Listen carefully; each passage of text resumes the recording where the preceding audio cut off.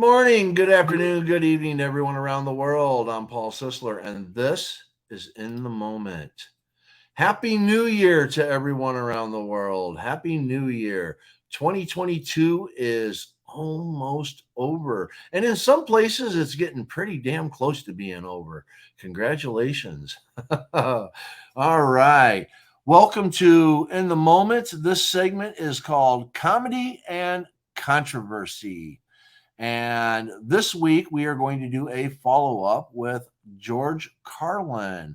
And our host is Jeremy Baker. Hey, I got your name right this week. You did. I'm so proud of you. I'm so happy. I'm moving up in the world. Right? Hey. And how are you doing today? I'm good. I was just thinking when you said it's the end of the year, I'm like, I don't know if I have enough energy to wake up and start a whole new year tomorrow. This year was brutal. Fucking hell, man. I don't know if I can handle a whole another year. I hear you. Yeah, it's been a brutal shit. The last 6, 7, 8 years. 8 years have been brutal. Yeah. You know, world's coming apart at the seams. And what's so funny is you can go back to the things that George Carlin was talking about in the 70s and the 80s, and it's all the same shit. Mm-hmm. Yeah, we're still, like I said last week when we ended the show, I realized that when we talk about the same things from 40, 50, 60 years ago, and nothing has changed really in our society. We're still arguing over all the same bullshit. Mm-hmm. Race, religion, gender, women's rights, equal rights. You know what I mean? We're still arguing over all the same stuff. And at some point, we got to get past all this stuff and move forward. But I mean, it just seems like it's never going to happen at this point. Well, they don't want it to happen because they make money off of it. As long as they can make money off of it and keep people divided, yep. You know, they don't care. Because all these problems could have been solved decades upon decades upon decades ago. Easily. And now I think, honestly, after the last president, he who shall not be named, I mean, he has really turned everything on its head because now people are believing stuff that there's literally no truth to. And they're choosing to believe it, even though the facts are literally right in front of them. Like, I was blown away online today about the people that are still defending him. And even after they saw his taxes, they're like, oh, he's such a good businessman. I'm like, are you fucking crazy? Like, I'm the guy smoking weed and y'all are high. You know what I mean? Like, it's gone too far. It has gone too far. I forget who it was. Gosh dang it. Anyways, he interviewed. No, it wasn't an interview. It was during the debate. I think it was between the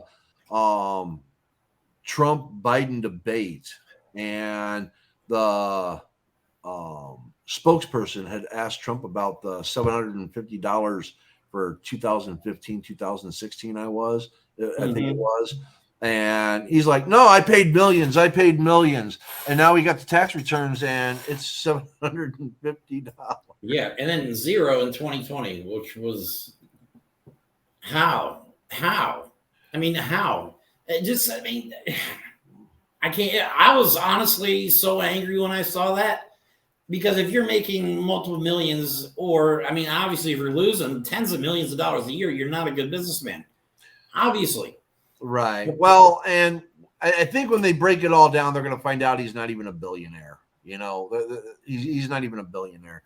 I'm sure at one time he may have been, but we're just scratching the surface. This is just the beginning of the corruption. We're not even, the story hasn't even completely unfolded yet. I know. It's going to get way weirder before it gets any better. I'm telling you. It will. Anyways, let's get on to George Carlin. Yes. Because I love this one right here. Yes, because part of what we're going to talk about today, you know, again, this is an homage to George Carlin, who brought a lot of information to light and basically spoon-fed people into realizing what's going on. And people, yeah, they laughed because of the way he presented it. It was funny. It was hilarious, but it was also the truth. It really was. You know? And now, Just a little pre-warning here to everybody. I had some people let me know that last week, due to copyright issues, they just simply like stopped the live stream until we stopped playing the information, and then they started it back up. The information, the videos I play, I get from YouTube, so I'm not seeing where the copyright infringement is. I'm not making any money on this or anything like that. So I'm just trying to show people. So I'm going to play a small section. We will keep the George Carlin clip very small, and then we will go into the discussion. But this is from like 1972, George Carlin and Dirty Words.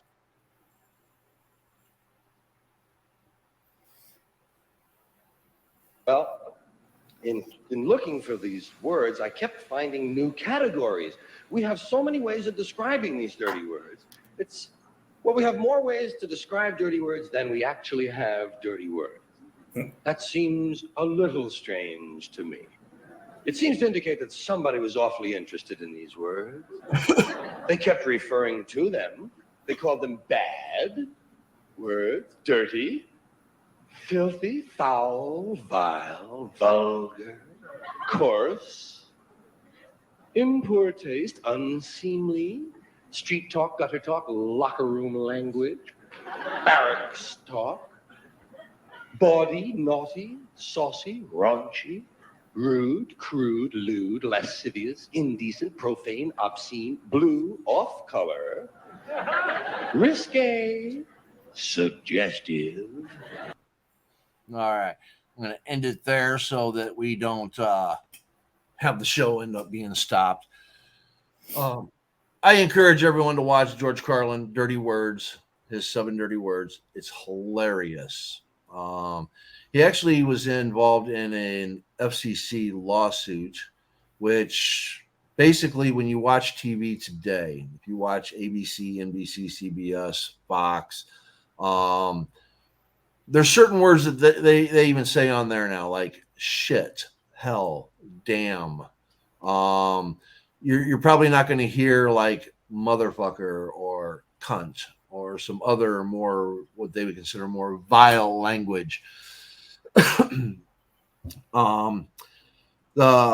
thing about these dirty words, they are just that, words, until they become hateful.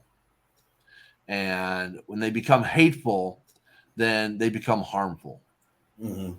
And this is where you and I, we've had this discussion, and I have a chapter in my book completely dedicated to the First Amendment. Mm-hmm. And I break it down because a lot of people think that the First Amendment, I can say anything, anywhere, anytime to anybody I want. Mm-hmm. No. Right. And I did a video this morning on TikTok, if anybody wants to watch it, explaining the difference between free speech and hate speech. And I think people are just looking at it's freedom of speech. Okay, it's not just free speech. You're condensing it down into something that it's not. Freedom is probably the biggest word in that entire phrase that has the most meaning, because it means freedom means the ability to live your life without the way you see fit, without the fear of oppression. Now, what is hate speech if not oppression? That is all hate speech is. You are trying to demonize an entire group of people based on little to no evidence that most likely never happened to you personally. You either read online or you had a friend that had a situation and you decided, I'm going to agree with him. Now I'm going to go ahead and demonize these entire people. Now my words that I say are free are harming other people. You're harming the state of mind of another person using your words. People are fucking idiots when it comes to the fact that your words are powerful. I remember things that were said to me, most of the time, fucked up things that were said to me from 30 years ago. Okay? Words stay with a person, whether you like to admit it or not. And you're not going to know that's going to happen because that happens in them. That happens on the inside of them. You know what I mean? Once you say something to them, you maybe feel good about yourself, but you've just completely ruined the day, the week, the month, the life of another person because you want to be a hateful pig and hate people for no fucking reason. And once you like you said in your book, the perfect part I said that you said in your book that I think is perfect for this situation is once your words become harmful, they're no longer protected by the First Amendment. Correct. Okay, that freedom and oppression cannot exist in the same fucking phrase. You can't say free speech and then call somebody something racist or say something misogynistic or say something gender profiling. You know what I mean? That's not freedom of speech. That's you being an asshole. that right. And like you said, over time, people have taken the First Amendment, which is written. I mean, it's pretty vague, but it's quite elegant, and it's the way it's written.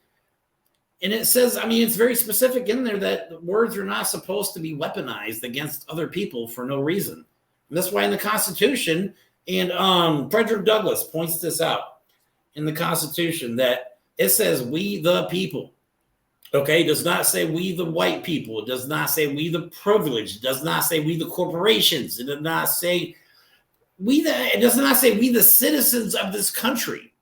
Okay, so with your illegal alien and legal citizen bullshit, you can fuck right off with that because it says we the people, all people. Okay, not fucking a certain type of people. Okay, not legal citizen. It doesn't say we the legal citizens of the United States. It says we the people. Until people fucking get that shit into their heads, and that's what's supposed to be America. That is what America is supposed to be about. The place where everybody comes to find a better home, but then we have people abusing their First Amendment rights and using their words to demonize and criminalize and harm other people for no reason other than they think they're better than them because they were born here. You know what I mean? Exactly. Sorry, I got a little tangent there, but no, it is beyond disgusting how open these assholes are now. Exactly. It is horrendous. It is a crime against humanity. What they're doing should be a hate crime. I mean, it should be considered a crime.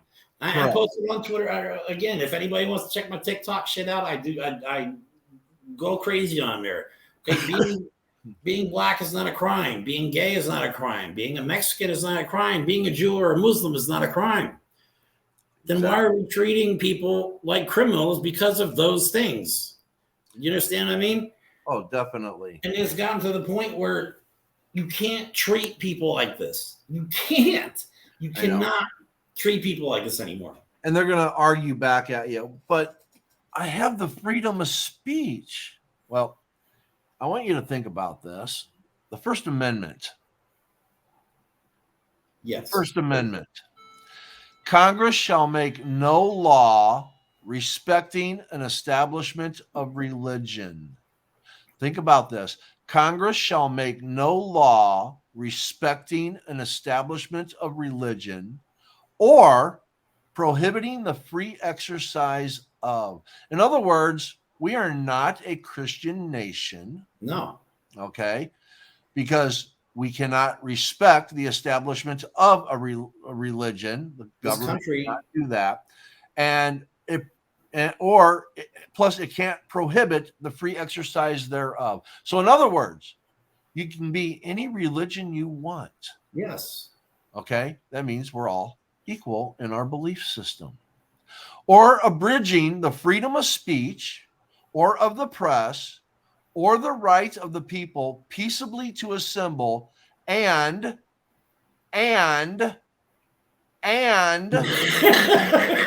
petition the government for a redress of grievances.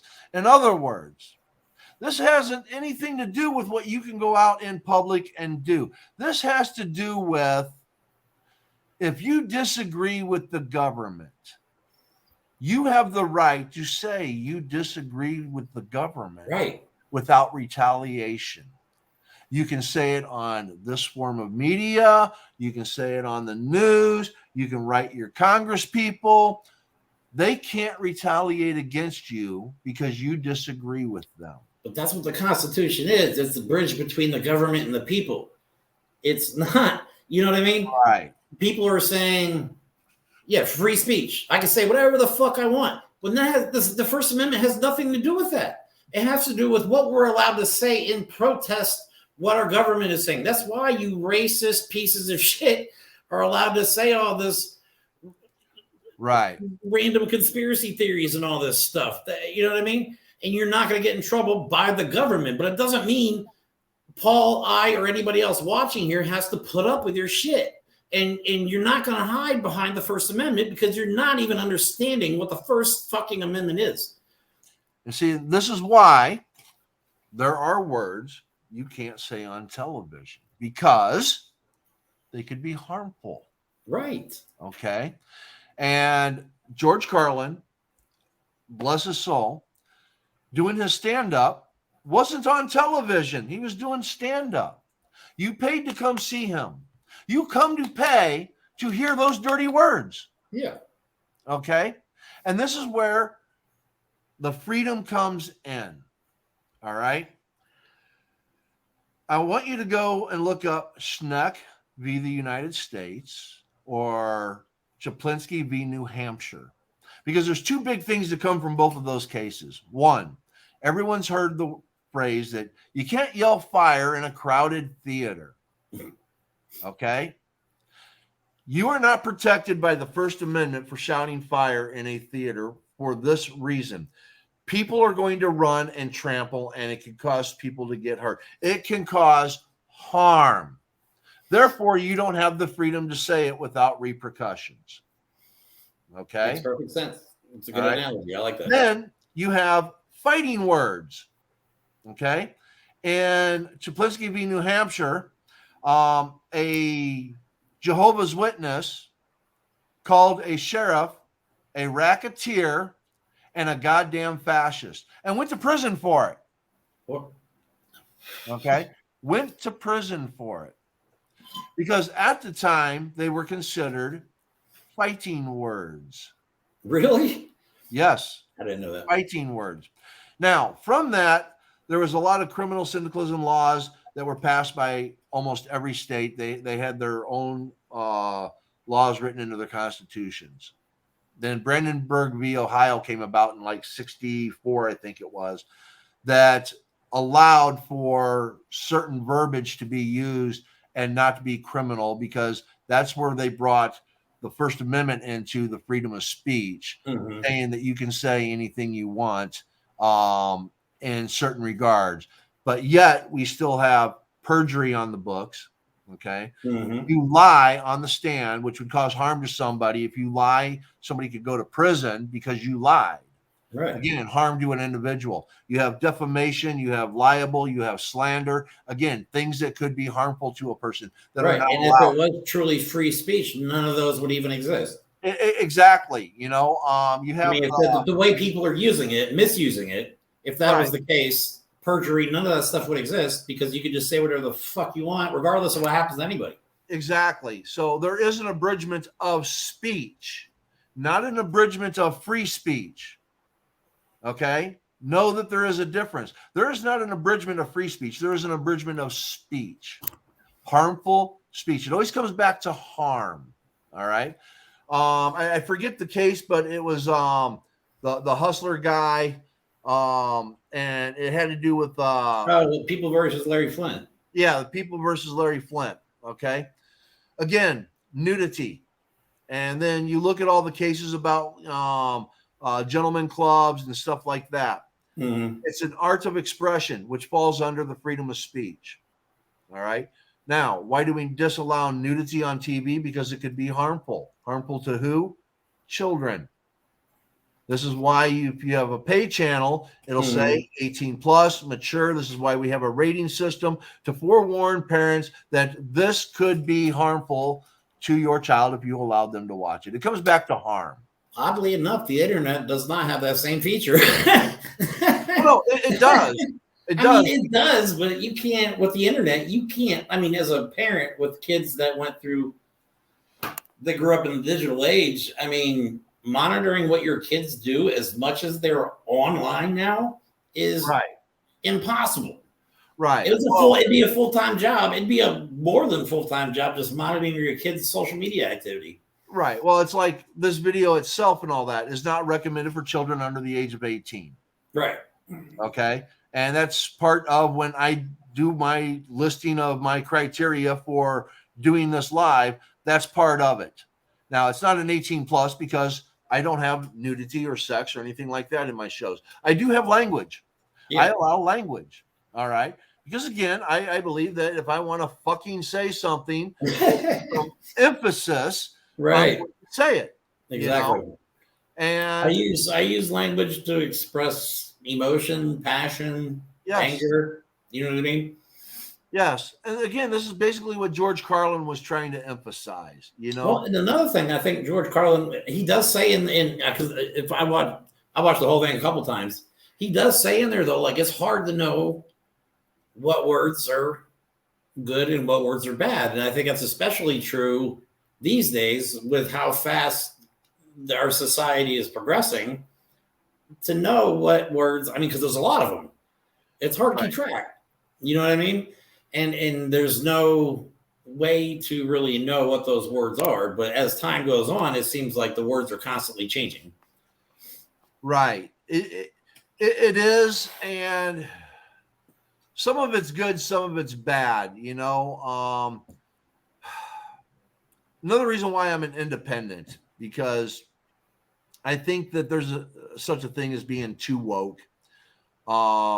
I agree that we need diversity. I agree that we need a multitude of things, that everyone should be treated equally. I mean, everybody should be treated equally. But there's also there's I know everybody wants a line set on things. Okay, everybody likes to have a line. It's like when you start debating things like determinism versus free will. Okay, there's people that no, we're everything is we have no responsibility because it's all determinism. Yeah. And then there's the free will people that no, we make all of our decisions. Okay, don't forget about the. It's both. It's both. Right. Right. So when you're starting to look at certain things, when should you say something? When shouldn't you say something? Well, when somebody is offended by something, somebody finds something offensive, then you shouldn't say it. Right. Now, another thing too, though, I think with the younger generation is the word's intent. Malicious intent. Right. You understand what I mean? Like saying a word that you did not mean to be harmful, that you didn't even know at the time was harmful, and you did not intend for it to be harmful, but it somehow still is. You know what I mean? That doesn't make you necessarily a bad person, just somebody that did not know something. And I think especially, and I speak from experience because my daughter expects me just to understand everything that's going on in her head. And I think there's a lack of communication. I guess it comes back to free speech. In the age of communication, we still don't know how to talk to one another. You know what I mean? Everybody's yelling free speech, but we're not even talking to each other. All we're doing is yelling at one another. Right. Well, we also have to look at what is harmful and what isn't. And that's right. That's another thing. It's hard. And like George Carlin says, who determines these things? You know what I mean? Who determines they're harmful and who determines I mean, obviously, a lot of things are harmful. There are things that should never be said. You know, things like somebody yelling, I like Nazi or I like Hitler on the radio. That's something that should never be said on American radio. You know what I mean? Right. And, well, but this is where, hey, they have the freedom to express themselves. And see, here's where I'll say, I don't like it either. Okay. I don't like somebody saying that either. But how does that harm me? Right. It really, I mean, okay. Other than it being completely ignorant. Yeah. Right. It's something that shouldn't be said, but it doesn't harm me. But now if I say that all X, okay, is Y, then now I'm categorizing and I am putting a label on something that is demonizing, now that is harmful. To an entire group, not just an individual, too. Right. Well, even if it's to an individual. Well, yeah, I mean, I know what you're saying. But yeah, okay. Yeah, I know exactly what you mean. And that's where the intent comes in, okay? Mm-hmm. If such a person was to say he likes Nazis and he likes Hitler and all of that good, nasty shit and all that, then that sounds so crazy. Well, that means I no longer have to like him either. No. Yeah. Okay. I don't have to buy his material. I don't have to buy his things that he sells. I don't have to associate with it. And here's the thing. Guilt by association, another thing that my dad brought me up with and all that. If you associate with, this, that, or another and all that, people are going to see you as this, that, or another. And it kind of goes along with the individual that we're talking about. If you like what he's saying and you're not condemning what he's saying, then odds are you agree with what he's saying. Yeah. Which tells me that you are like that, and I don't like that. So, but I think like we talked about earlier, unfortunately, I have to name drop, or I'll just, I've given them a name. I've actually called them the three. We've seen 3 billionaires this year, and I don't even have to name drop because it's not even necessary. 3 billionaires this year fall flat on their faces because of what they said. The things they said, their abuse of their First Amendment right and misunderstanding what the First Amendment says has literally cost them everything, almost in some cases. But you know what I mean? Like, Elon Musk with this whole free speech. Oh, damn it, I name dropped unintentionally. I'm sorry. Fuck him. All right, anyway. Goes, you go on Twitter, say, oh, freedom of speech. All of a sudden, it's not freedom of speech. You're banning people. You're telling people you can't say this, you can't say this, you can't say this. So, obviously, there's no understanding of what freedom of speech means at all. You know what I mean? You're letting people say hateful things on your platform and banning people like me that were speaking out against them. That is confusing to me. That's why I'm so angry at Twitter right now. You know me. I might make some passive-aggressive comments and some smart-ass remarks, but I've never actually meant any harm on anybody, physically or emotionally. But I had a tendency to speak out and speak my mind. You know what I mean? If you said something ignorant, like if you're posting anti-vax bullshit and not wearing a mask bullshit, and there's a freaking virus going around, yes, you're going to get some of that passive-aggressive because I'm a Jedi at it. You know what I mean? But it did cost me my Twitter account. My abuse of my free speech because what I said, I guess somebody thought it was offensive enough to ban me completely. But at the same time, there's people on there spreading these unbelievable stories, no based and no fact whatsoever, and their accounts are being reestablished for fuck's sake. You know what I mean? It's beyond maddening. Like, that's why I'm glad you and me see the same on the First Amendment. Like, yes, we are protected against the government coming and saying, you can't say this, you can't say this against us, or we're going to punish you for that. That's basically what it means. You just can't run around diarrheaing verbal ridiculousness out of your mouth and not expect any consequences. Words have consequences. Yes. Very deep emotional consequences. And physical pain any day of the week over emotional trauma. And that's what words cause. Words don't cause physical pain. Words cause emotional damage if they're not used correctly. If they're weaponized and demonized and all that, then words has our society really come to this? Like, have we gone so far? I feel like we've gone 40 years, 60 years backwards. Like, open racism is a thing again. Anti-Semitism is a thing again, openly. And these people are paid very fucking well to spread misinformation, outright lies, conspiracy theories. And they're making all this money and living in fancy houses and flying in private jets. And I'm fucking a DoorDash driver trying to make a difference in the world by doing some good. You know what I mean? And all they get paid to create uncertainty. Uncertainty breeds fear. When fear comes along, people start getting stupid. And when people get stupid on a massive scale, bad things happen.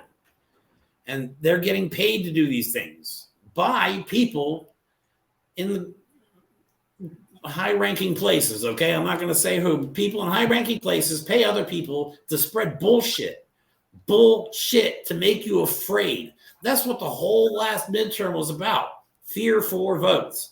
They wanted you to be so afraid of, oh my God. I mean, I saw reports. We had 36 million illegals come across the border. We had, next week it was, it was 11 million.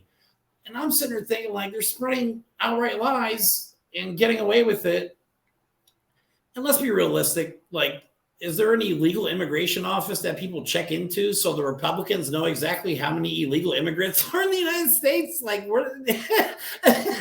it's not like they check in at the border, go, hi, I'm here illegally. Put me down. You know what I mean?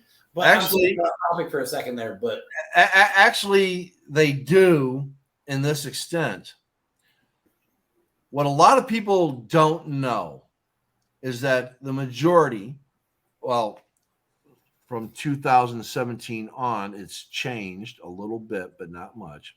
But prior to that, the majority of illegal immigrants came into the country legally.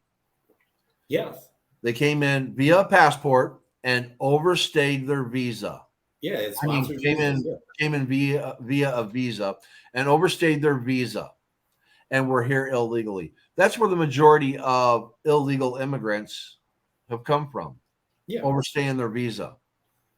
Okay. And, I mean, I got pretty heated this morning about the video I posted on TikTok about, people aren't criminals because they're people. Just because they're different people. And this guy, I mean, the ignorance online is just epic. Absolutely epic. You know what I mean?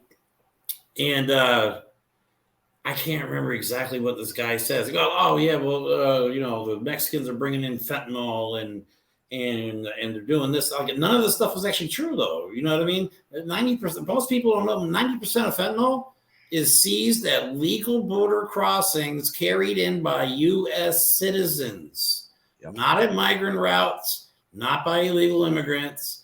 Drugs are typically brought in, especially fentanyl, by legal U.S. citizens. But we're being told by these guys to make us afraid because they're using, like I said, they're using their words to cause fear to get support. Right. It's unbelievable. See, again, this goes back to all the things that George Carlin was saying, like we were discussing last week and all that, when he was saying the corporations own you, okay, because they own the politicians. They fund all of the money, blah, blah, blah. And the politicians and the media and all of that feed us information to keep us separated, okay? Keep us divided. Keep us not knowing what's truly going on, all right? And again, George Carlin was talking about this in the 70s and the 80s. Yeah, exactly. 70s and the 80s. We're about to celebrate another new year. Not a goddamn thing has changed. Right.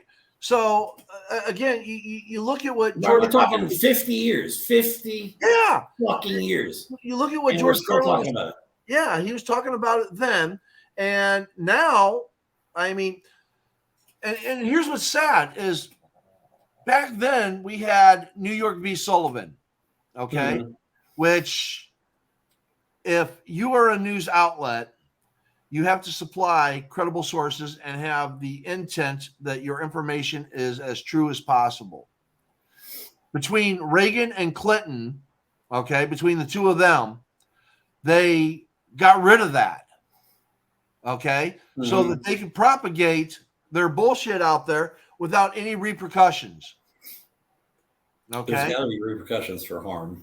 Yeah, and now, well, look at the media now. They can take a little fragment of truth and opinionate it to no end. And online, they do the same thing, especially with news stories. They'll put like meteor headed towards Earth, and then you're like, "Oh my God!" You click on it, and then it's headed towards Earth, but it's like 300 million miles away. You know what I mean? They take a small piece of truth and just embellish it enough for you to click on that. You know what I mean? But yeah, you're exactly right. And the news media does the same exact thing. Some sources are better than others, but yeah, they'll take a simple story and manipulate it and make it into something that's not even.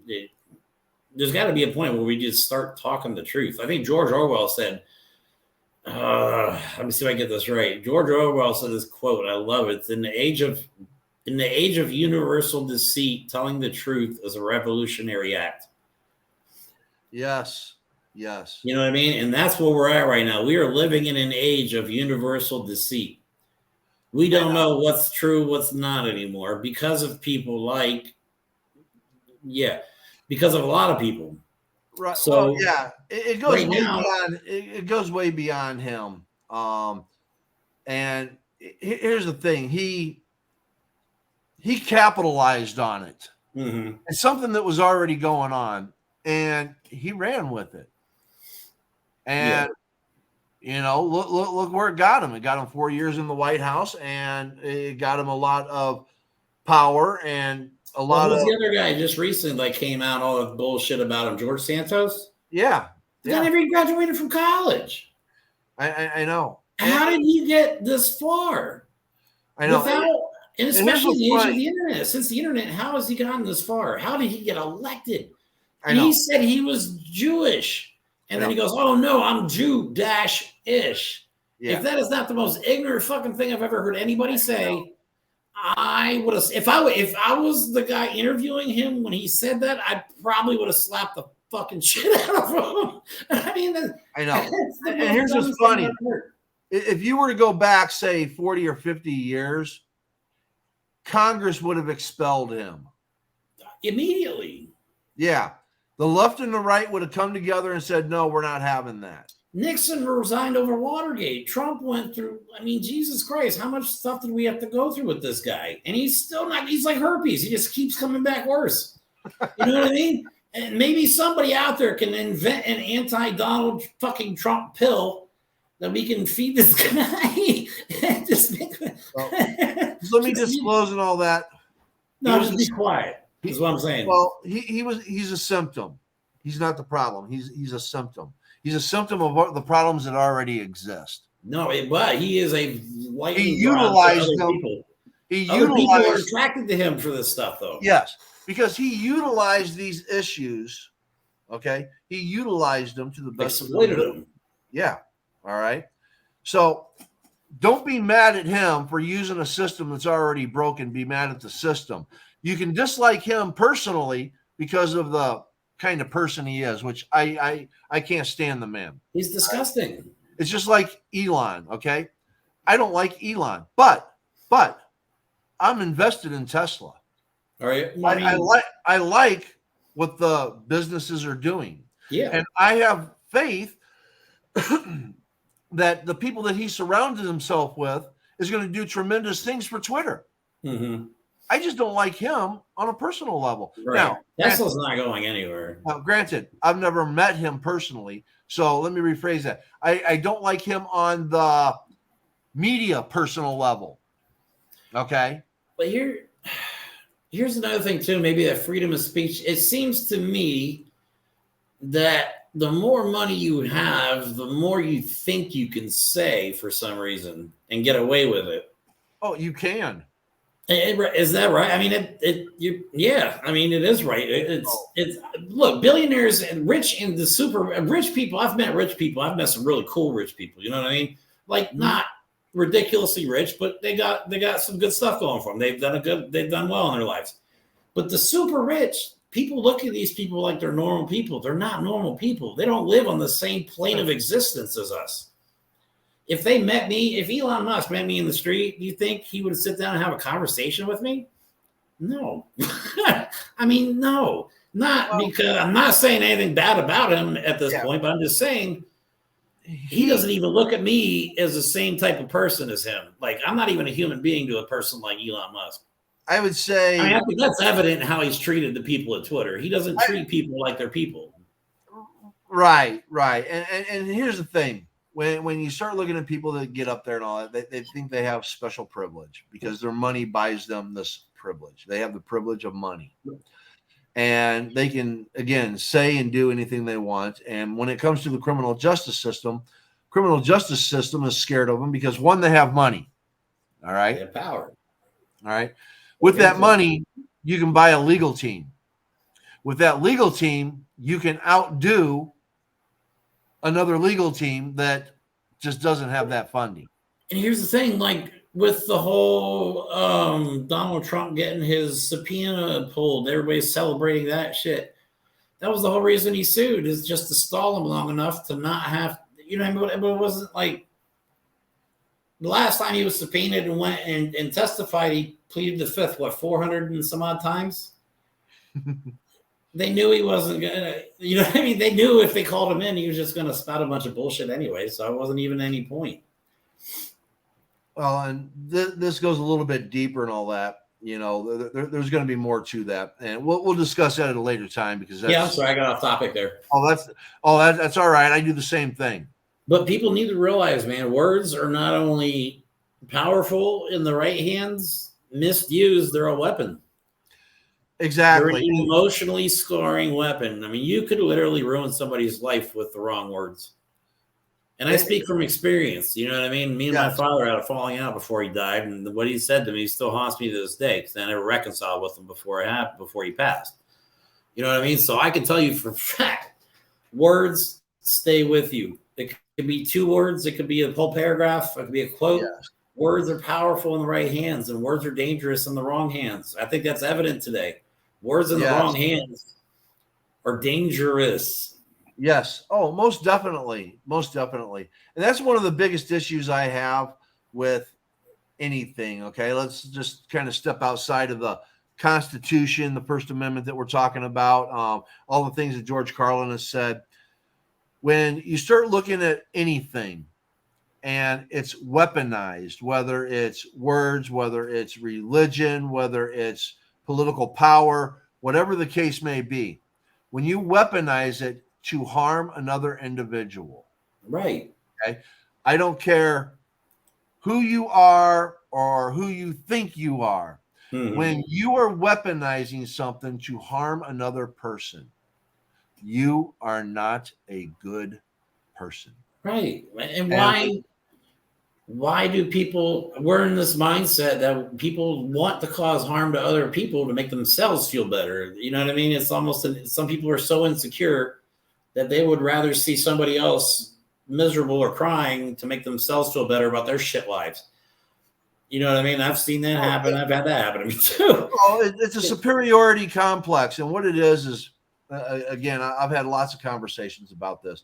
I believe in this and I believe in this, and that makes me better than you. Right. And I believe, and I think we've talked about this before, I believe in do whatever makes you happy. Okay. We only get a short time to live. We don't know when our end date is going to be. Exactly. I could have a heart attack right now. I'm good. Okay. Just checking. I'm good. So why are we so obsessed with making everybody so miserable anymore? You know what I mean? Why can't we? And I say this in the book, like, why can't it be Americans, one nation, one people working towards a common good? You know what I'm saying? Why do we have to be at each other's throats anymore? I mean, I think we're still set in the whole Civil War mindset where we think this big battle is going to happen and somebody's going to come out on top. 95% of the money is held by 10% of the people in this country. Yeah, actually, I did in my book, I said 80% is held by 20%, but when I did that, the 20%, to get to the top 20%, you only have to make $100,000 a year. Actually, I think 2 years ago, it was only 85. But that's why I said, like we talked about, like you just said, once you start getting even closer to the top 10%, top 5%, those guys actually hold almost all the money. Right. They hold the majority of the money. And then the rest of us get screwed. Well, in holding that money, they have the power. They do. And then now we're finding out these places are not even paying their fair share of taxes. Well, and it's on the left and the right. Okay, don't kid yourself. It's on the left and the right. I know it is, and I know not everybody's the same. Not all companies are the same, but we're starting to see the expanse of corruption within our own borders. You know what I mean? We're starting to see the depths of all this stuff. Right. And it's been here for a long time. It's been here for a I long think time. And it's going to continue on. And as long as they're making the money up there at the top and they're pulling all the strings, they own the corporations, they own the politicians, and they own the news networks, and they own all of the lines of communication, they're going to continue to control and manipulate and keep all the people divided into their little groups of anger and hatred and superiority complexes so that they continue fighting and they're not looking at the backdoor deals that are going on up at the top. Yeah. Because the people at the top, they don't care. No, they don't. They have the money. They don't give a fuck about us. They've never been us. They don't Correct. know what it's like. They're yes. Okay, let's get this clear. Rich people have to make difficult decisions all day long, but their decisions don't revolve around how am I going to put food on my table tomorrow. Right. You know what I mean? That's the decisions we make as Americans. Most Americans are making those decisions right now. How do I keep the roof over my head? Right. Oh my God, how am I going to pay the light bill? You know what I mean? How am I going to make sure my kids have internet? Stuff like that. That's the stuff real Americans worry about. Right. And people are at the top that are powerful and that are influential are just using us as pawns in this great scheme to benefit themselves. They don't give a shit about us because they don't know who we are. They don't care who we are. You know what I mean? For all they care, we could just disappear and they would just move on with their lives. You know what I mean? Anyone that has not lived paycheck to paycheck and worried about all of these things should have to spend 90 days living like that. 90 days living like that. And I bet trust me, things would change. I'd like to see Elon Musk DoorDash for a week. Deal with my daughter. He wouldn't last 3 days. But again, I encourage everyone, go back, watch all the George Carlin especially the dirty words skit, I think, is because it's still relevant to what's today. You know what I mean? What people say is important. Everything that Carlin said is relevant. Everything. Of all the comedians, of all of them that we could have picked, okay, I definitely had to do George Carlin first because, in my eyes, George Carlin covered all the bases of everything that's been plaguing this country for the last 200 fucking years. Right. He covered all of it, every aspect of it, and put it in everybody's face. And here we are 50 years later from when he started. Still talking about the same shit. And you know what? I got a lot of respect for George Carlin. I don't know all of his work because he's got a lot of stuff, but you gotta, like, when he says stuff that it gives me chills because it's exactly what's going on right now, if not more so relevant now than it was 50 years ago. Like that, to me, he was somebody that saw things in a different way and was able to put them together in such a fashion that just nobody else could do. Nobody else could do. You know what I mean? And he made real topics funny. You know what I mean? And he was a rich guy and he hated rich. He wasn't all about the super rich lifestyle. You know what I mean? Right. He was not a big fan of the super rich and corporations and stuff like that. And he does a lot of stuff about them too.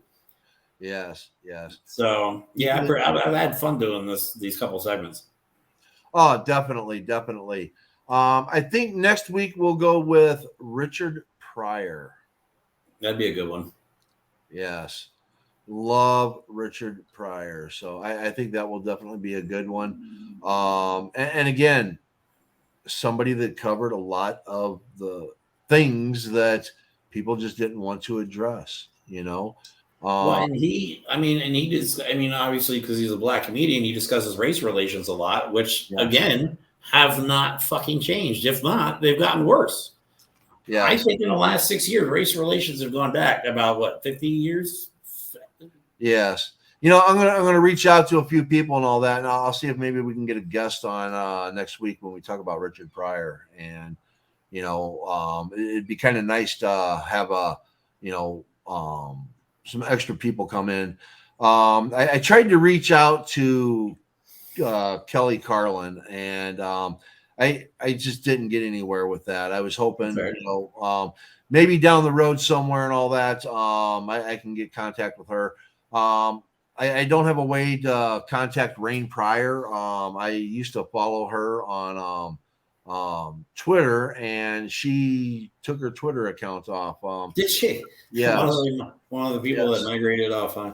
Yeah, and I had a few DMs with her back and forth, So I'm hoping that if I can find another way to contact her and all that. Yeah, I mean, it's not like we're friends or anything like that, but it'd be great to have her come on a show and all that. So I'm going to try to reach out to anytime we have a comedian. I'm going to try to reach out to them. If they're still performing or alive, and if not, I'll try to reach out to family members to try to get some of them to come on and all that, because I would love to know more. Like Kelly Carlin, I would love to have her on. I'd love to know more about her father. Well, personal stories are always better than reading something or hearing. Yeah. You know what I mean? I'd rather hear from them. That'd be cool. I'd love to hear personal stories. Yes. Oh, definitely. Because they're the ones that have emotion involved. You know what I mean? They can tell us how they felt and all that stuff. Exactly. And again, I'm not a big YouTube channel, so I mean, it's going to be difficult to make these contacts. But maybe down the road I'll get lucky and somebody will say, "Yeah, Paul, sure, I'll come on your show."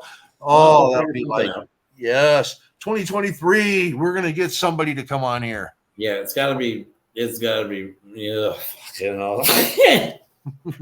I give up. I'm done. I'm not doing another year. I'm just going to take a nap for like 12 months and then go with 2024. Yes.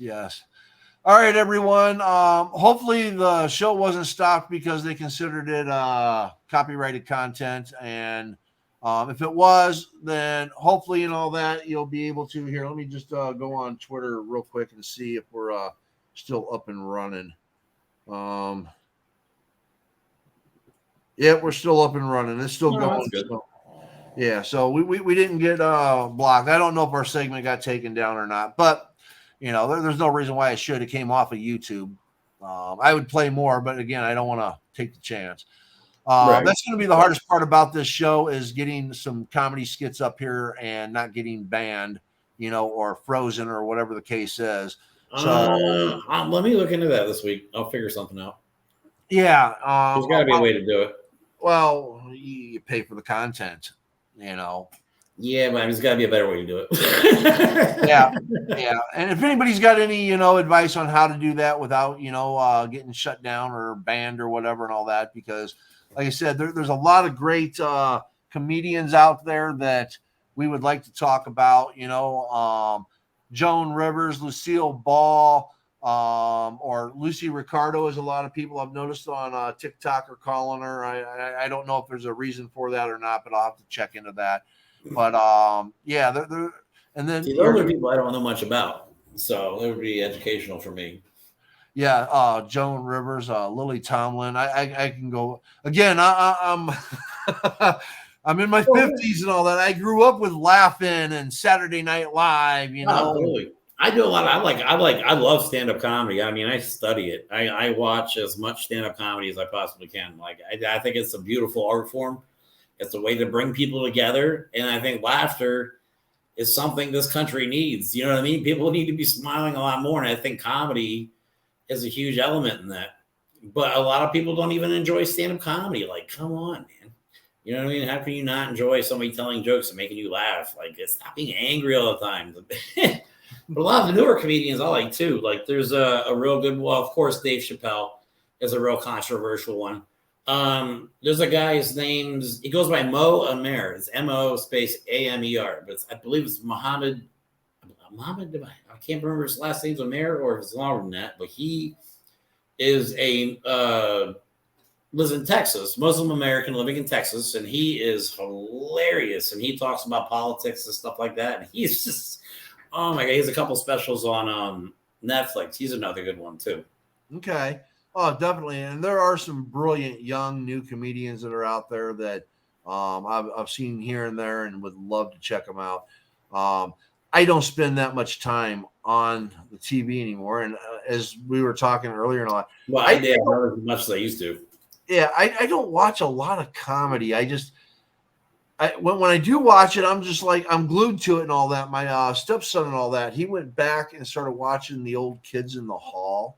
And I tell you, man, the Kids in the Hall, oh my God, just like we were talking about George Carlin, all the stuff that he talks about back then applies today.